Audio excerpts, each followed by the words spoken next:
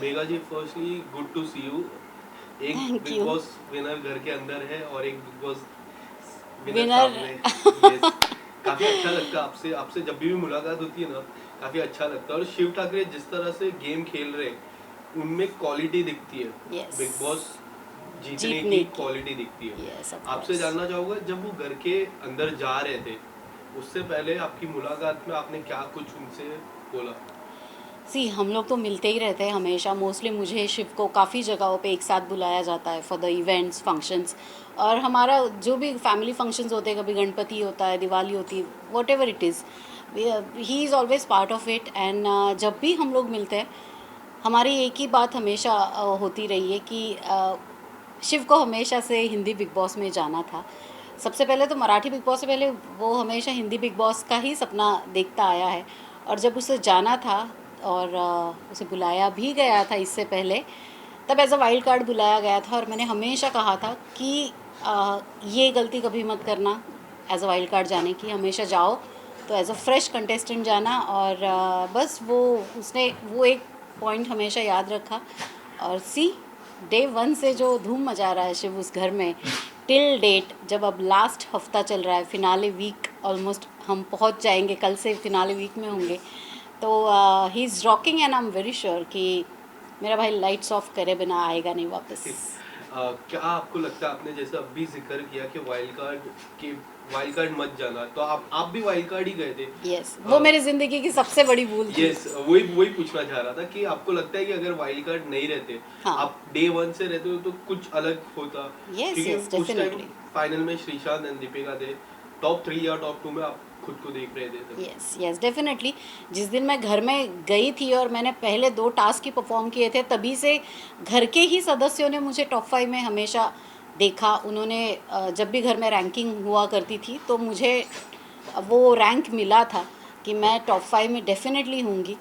But कभी कभी big boss भी ऐसी चाल खेल देते हैं, घर में कुछ ऐसी चीज़ें हो जाती है Yes. कि अनएक्सपेक्टेडली आप बिल्कुल फिनाले के नज़दीक पहुंच जाते हो और आप घर के बाहर होते हो। शिव ठाकरे की गेम के बारे में मैं बात करूँ, किस तरह से लगी आपको जर्नी शिव ठाकरे की game? Mind blowing, mind blowing. मतलब शिव की जर्नी ऐसी रही है कि Shiv will be the example for he setting a bar की जो सालों सालों तक याद रखा जाएगा। कि अगर प्लेयर हो, इंसान हो बिग बॉस के घर में, तो वो ऐसा हो जो मतलब एकदम निडर होके और डे वन से एकदम फ्रंट फुट पे खेल रहा है। वो कभी उसने बैक सीट ली नहीं, हमेशा फ्रंट फुट पे आके अपना ओपिनियन रखा है। अब तो जब काफ़ी जगहों पे निकल भी चुकी है ये बात, कौन किसके क्या कॉन्ट्रैक्ट्स है, ये लड़का बिना किसी कंडीशंस और कॉन्ट्रैक्ट्स के उस घर में वैसे गया हुआ है। Contract in the sense show में आने का कॉन्ट्रैक्ट Yes. डेफिनेटली होता है, बट उसके अलावा के जो कॉन्ट्रैक्ट्स होते हैं, वैसा बिना किसी कॉन्ट्रैक्ट के वो वहाँ तक पहुँचा है। और ये इतनी बड़ी बात है मेरे लिए, बिकॉज आई कैन अंडरस्टैंड कि वैसे बिना किसी कंडीशन के आप घर में जाते हो और फिर भी इतनी देर तक सरवाइव करते हो, वो कितना मुश्किल है। हमने Yes. देखा है बाहर गए हुए लोग भी वापस वापस आए हैं बिकॉज उनके कॉन्ट्रैक्ट्स शायद वैसे होंगे। इस वजह से आउट हुए हुए कंटेस्टेंट भी घर पे आए, ऊपर से प्राइज़ मनी भी लेके गए। Yes. उनकी वजह से प्राइज़ मनी भी कटी है। अभी कल ही मैं देख रही थी, कल का जो एपिसोड है, बिग बॉस ने टास्क दिया, 2 ग्रुप बनाए उन्होंने और 2 ग्रुप में प्राइज़ मनी जीतने की उन्होंने ये की। मतलब ये पहली बार ऐसा होगा शायद बिग बॉस में कि किसी पर्टिकुलर इंसान को इतनी प्राइज़ मिलेगी और किसी पर्टिकुलर इंसान को इतनी प्राइज़ मिलेगी। मतलब इतने भेदभाव पे उतर चुके हैं अब ये लोग Yes. कि जिसे चाहते हैं प्राइज़ मनी दिलवाना ज़्यादा, उसे ज़्यादा प्राइज़ मनी। हालांकि प्राइज़ मनी गई भी किसकी वजह से, ये आप अगर गौर तलब करेंगे, अंकित को बचाने के चक्कर में प्रियंका ने प्राइज़ मनी 25 लाख गंवाए, टीना को बचाने के चक्कर में शालिन ने 25 लाख गंवाए, पर शिव ने किसी के लिए बजर नहीं दबाया था। उसने तो उल्टा वो गए, इनकी बेवकूफ़ियों की वजह से जो प्राइज़ मनी गई थी, उसे वापस लाने के लिए जो एक टास्क हुआ था जिसमें कोड देने वाले थे बिग बॉस, वो लॉकर का कोड जिसमें प्राइज़ मनी होगी, इसने अपनी कैप्टनसी की दावेदारी नहीं ली और उसके बदले में कोड लिया वो प्राइज़ मनी के लिए। जबकि ये जो बाकी दूसरे कंटेस्टेंट्स हैं, इन्होंने कैप्टनसी की दावेदारी ली थी, इन्होंने प्राइज़ मनी को ज़ीरो इम्पोर्टेंस दिया था जब प्राइज़ मनी आ रही थी या बचा सकते थे, तब नहीं लिया। और अब देखिए, जिन लोगों की वजह से प्राइज़ मनी घटी है, उन लोगों को अब जब वो जीतेंगे तो उनको फुल प्राइज़ मनी होगी, और जब मेरा भाई शिव जीतेगा, जिसकी मुझे फुल गारंटी है, उसे कम प्राइज़ मनी मिलेगी। ऐसा ऐसा क्यों? पर आपको लगता है कितना अनफेयर हो जाता है जिस तरह वो टास्क बीता था? यस। आप देख रहे हो अंकित को बचाने के लिए, हाँ। टीना को बचाने के लिए, आज वही तब खिलाड़ी तो बाहर है। तब तो कोई ग्रुप में डिस्कशन नहीं था, सिर्फ एक बंदे के ऊपर वो डिसीजन था, एक जन डिसाइड कर सकता था। तब सब सारे घर वालों पे क्यों नहीं वो डिसीजन सौंपा गया फिर कि क्या इसे बचाने के लिए आप प्राइज मनी वो करेंगे? जब जब उनकी मर्जी आई, एक एक बंदे ने बजर दबा के प्राइज मनी गवा दी, जबकि वो प्लेयर ऐसे थे कि वो उस घर में रहने के लायक भी नहीं थे, अच्छे प्लेयर्स भी नहीं थे। Ankit was a nice human being, but हमने देखा कि उसका गेम बिल्कुल ज़ीरो नहीं, उसका गेम माइनस हो चुका था। फिर भी उसे बचाने के चक्कर में, और इस स्टेज पर आकर इतने दिनों तक टिक कर, इतनी मेहनत कर कर, अब शिव के हिस्से की या स्टैन के हिस्से की प्राइज मनी घट रही है। That is so unfair of their part कि बेचारों के साथ ऐसा अन्याय क्यों? अब नॉमिनेशन का टास्क भी इस हफ्ते जो हुआ, क्या आपने देखा है कि फॉर एग्ज़ाम्पल जो बच्चा शुरू से लेके आज तक बिल्कुल पढ़ाई में ज़ीरो रहा है, ओके, जो अर्चना, प्रियंका, ये लोग जो कभी कोई टास्क नहीं जीत पाए, किसी टास्क में इन्होंने अपनी चमक नहीं दिखाई, कहीं पे भी शाइन नहीं हुए, वो लोग टास्क गलत करने के बावजूद, मतलब किसी ने 12 मिनट लिए, किसी ने 7 मिनट लिए, किसी ने और पता नहीं कितने 12, 7 और प्रियंका ने शायद 14 मिनट लिए। मतलब जिसका कोई हिसाब ही नहीं है, गलत होने का कोई लिमिट ही नहीं है। इतना गलत खेलने के बावजूद वो लोग नॉमिनेशन से सेफ हो चुके हैं, तीनों ने भी गलत टास्क किया। और जिस बंदे ने सबसे एक्यूरेट टास्क किया, शिव का टाइमिंग था 9 मिनट 10 सेकेंड। इतना एक्यूरेट बिना घड़ी के कैसे कोई हो सकता है? फिर भी शिव ने वो किया, तो वो बंदा नॉमिनेशन में है। MC स्टैंड 10 मिनट उसने लिए, ऑलमोस्ट क्लोजर टू 9 मिनट, वो नॉमिनेशन में है। सो समझ में नहीं आता कि ये इतना अनफेयर, ये ग्रुप देने की कहाँ से बिग बॉस को सूझी, और इतना गलत कैसे, मतलब अन्याय की भी कोई हद होती है यार, नाइंसाफ़ी की भी कोई हद होती है कि जो बंदा टास्क कर रहा है शुरू से लेके एंड तक, इतने डिस्ट्रैक्शंस, इतनी चीज़ें हुई, उसके बावजूद वो डे 1 से लेके अभी तक 100 में से 100 नंबर ला रहा है वो लड़का, और उसी के साथ ये सब गलत चीज़ें हो रही है। So I am not happy with that, but कोई बात नहीं, वो टिकट टू फिनाले ना जीते, कोई बात नहीं, वो नॉमिनेट हो जाए, ट्रॉफी वही जीतेगा। पर आपको कई हद तक लगता है जिस तरह साजिद के साथ उनकी दोस्ती थी, हम्म। अब्दू के साथ, जो मंडली की मैं बात कर रहा हूँ, जी। वो नॉमिनेट होने के बाद कई हद तक उनकी गेम में बदलाव आया, ऐसा आपको लगता है? लोगों को ऐसा लगता है जो दोस्ती वो निभाते थे, हाँ। अब्दू के साथ सबसे अच्छी दोस्ती थी, yes as a yes. Elder brother treat करते थे अब्दू को। आपको कैसी लगी वो? रिप्रेजेंटेटिव रहेगा, ना ही किसी सिर्फ पर्टिकुलर चैनल।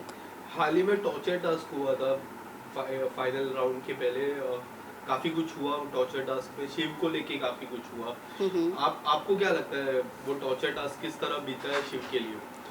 शिव ने तो बहुत जेंटली किया है वो टास्क, मतलब शिव, अगर जिस तरीके का शिव रोडीज़ और बिग बॉस करके आया है, जो कि बहुत डिफ़िकल्ट शोज़ रहे हैं ये, मतलब इस सीज़न में अगर देखा जाए तो वैसे टास्क हुए ही नहीं। मतलब जब सीज़न ख़त्म हो रहा है तो आखिरी टास्क जो है वो एक्चुअल बिग बॉस के जैसे टास्क होते हैं, वैसा टास्क आया है। अदरवाइज़ जो आज तक शिव को चिढ़ाते थे घर के अंदर, अर्चना ने या फिर प्रियंका, सॉरी, सौंदर्या ने, कि यार ये कैसे करता होगा, ये बिग बॉस में क्या कैसे जीतता होगा, और जो कि क्वेश्चन मार्क उठाए जाते थे उस पर। मेरे सीज़न में मेरे ऊपर भी कई बार क्वेश्चन मार्क उठे कि ये कैसे विनर बनी।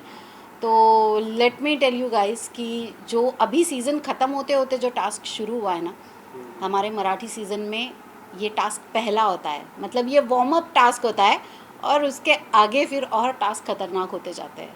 तो हम वो खेल के वहाँ से आके यहाँ पर आए हैं, मतलब वो लेवल, मतलब इतना उसका टफ होता है टास्क का, कि वहाँ से लेके हम उसके बाद यहाँ आए। इस सीज़न में कोई टास्क ही नहीं हुए। जो अर्चना हमेशा ताना देती है बिग बॉस विनर होने का शिव को, वो कल कहती है टास्क ख़त्म होने के बाद, हैं ये होता है टास्क, ऐसा होता है। तो मैडम अब पता चला आपको टास्क किसे कहते हैं, कैसे खेलते हैं। आप पहली बार जब खेली हो तो आपको इतना प्राउड फील हो रहा है। ये जो बच्चा है शिव, ये ऐसे कई टास्क करके आया है। हमारे सीज़न में ऐसे हफ्ते में 3 टास्क होते हैं, नॉमिनेशन, फिर कैप्टनसी टास्क, फिर साप्ताहिक कार्य। ये हफ्ते के 3 करते करते 15-16 हफ्ते हम वो टास्क खेल के फिर हमें वो ट्रॉफ़ी मिलती है। तो उस ट्रॉफ़ी की थोड़ी तो इज्जत रखिए। जब आप घर के बाहर आएंगी, अर्चना जी या फिर सौंदर्या जी देख रही होंगी, जिन्होंने भी बिग बॉस के मराठी विनर्स पे क्वेश्चन मार्क्स उठाए, उनके लिए ये मेरा कहना होगा कि किसी अगर आपको टाइम मिले, खैर अब तो आप बाहर आ जाओगे तो आप लोगों के पास टाइम ही टाइम होगा, इसके बाद तो शायद ही आप बिज़ी होंगे, तो आप देखिएगा कैसे होते मराठी सीज़न, फिर आपको पता चलेगा शिव कैसे जीता था। कुछ आखिरी सवाल मैं पूछूंगा। हम्म। आपको क्या लगता है सबसे बड़ा कंपटीशन अब शिव के लिए उस घर में कौन है? देखा जाए तो शिव के लिए स्टैन सबसे बड़ा कंपटीशन है, सबसे बड़ा competition, because stand is a one more genuine player, जो कि हम अग्री करते हैं कि बहुत ही लेट खेलना शुरू हुए हैं, बट अब जब वो खेलना शुरू हुए हैं तो उन्होंने गैर सीधा 6th ही डाला है। तो शिव की सबसे बड़ी कंपटीशन आई थिंक स्टैन है, और शिव के बाद अगर मेरा उस घर में इस वक्त अगर कोई फेवरेट है तो दैट इज़ स्टैन। पर आपको क्या लगता है कि फिनाले टास्क या फिनाले वीक में शिव कौन से ऐसे सदस्य है जिससे दूर रहना चाहिए? अर्चना और प्रियंका से अगर वो डिस्टेंस रखे तो अच्छी बात है, बहुत ही अच्छी बात है। टॉप 3 में आप किसको देखते हो? मेरे लिए टॉप 3 नहीं है, मेरे लिए टॉप 2 है, शिव और स्टैन। क्या लगता है आपको, अगर शिव नहीं जीतते, स्टैंड नहीं जीतते, तो कौन से ऐसे सदस्य हैं जो जीतेंगे? जो भी होगा फिर वो उसे मैं विनर कहूँगी ही नहीं, क्योंकि फिर ऐसे मैं कहूँगी बैठे बिठाए ही उनको अगर ट्रॉफ़ी दी जाती है तो मेरी नज़रों में वो विनर होगा ही नहीं। एक आखिरी सवाल, अगर शिव जब भी आपसे मुलाकात करते, हम्म। सबसे पहला आप क्या कहोगे उनसे, और सबसे पहला किससे दूर रहने को कहोगे इन रियल लाइफ? मैं शिव को सबसे, जब वो बाहर आएगा और फिनाले के बाद जब मैं उसे मिलूँगी उस ट्रॉफ़ी के साथ, तो मैं उससे यही चीज़ कहूँगी कि I am so proud of him, I am really really proud of him, because it was not easy. बिना किसी एमजी के, बिना किसी एक्टिंग के स्ट्रॉन्ग बैकग्राउंड के, वो लड़का वहाँ पे गया है, खेल रहा है, दिल से खेल रहा है, दिल से रिश्ते बना रहा है, दिल से सब कुछ निभा रहा है, दिल से उस घर में एक एक पल वो जी रहा है, और यहाँ तक कि उसकी जो जर्नी रही है वो आसान नहीं है। तो मैं उसे यही कहूँगी कि I am really proud of him, और मैं कहूँगी दूर रहने की कोई ज़रूरत नहीं है किसी से, क्योंकि शिव इतना पॉजिटिव बंदा है कि अगर वो अपने साथ किसी को दोस्त बना लेता है तो वो निगेटिव को भी पॉजिटिव में बदलने की ताकत रखता है। तो शिव को किसी से डरने की ज़रूरत नहीं है। आप देखिए जैसे जैसे शिव का ग्रुप बढ़ता गया, जो लोग शुरू में बहुत गलत नज़र आ रहे थे वो भी अच्छे लगने लगे। सो शिव का ऑरा ही ऐसा है कि वो ताकत रखता है। और एक बार मैं पूछना चाहूँगा कि जो टॉर्चर टास्क हुआ है, जी, क्या लगता है आपको कि आपको कैसा लगा वो torture task as a viewer point of view?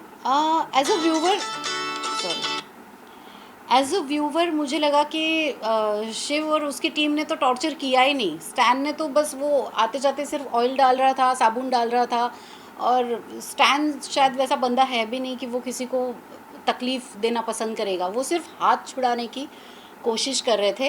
Nimrit ने 1-2 बार हाथ फिज़िकली हाथ छुड़ाने की कोशिश की, या फिर वो उसकी रस्सी खींचने की, हार्नेस खींचने की कोशिश की, वो थोड़ा गलत था। बट शिव की तरफ से अगर मैं ये टास्क देखूँ तो शिव ने बहुत ही एक्चुअली जेंटली खेला, और मैं एक्चुअली इस बात से खुश नहीं हूँ कि वाई शिव ने टॉर्चर नहीं किया, बिकॉज शिव सिर्फ कान में गुदगुदी कर रहा था। जो प्रियंका कह रही थी कि बाद में टास्क के बाद प्रियंका ने भी कहा कि अरे नहीं मुझे कोई तकलीफ़ नहीं हो रही थी, मैं तो बस ऐसे ही कर रही थी, झूठ मूठ बोल रही थी कि मेरा कान फट जाएगा या ऐसे, वो तो मैंने उसे बिज़ी रखने के लिए किया था। इट प्रूव्स, इवन जैसे ही टास्क ख़त्म हुआ प्रियंका ने खुद बोला कि थैंक्स शिव, तुमने वो सादा पानी फेंका, इसकी वजह से मेरी आंखें बच गई, वरना मेरी आंखें तो गई थी। ऐसा प्रियंका ने टास्क ख़त्म होते ही कहा कि मतलब अगर उसकी आंखों में ज़रा कुछ गया होगा तो शिव ने तुरंत उसको सादा पानी दिया फेस पे।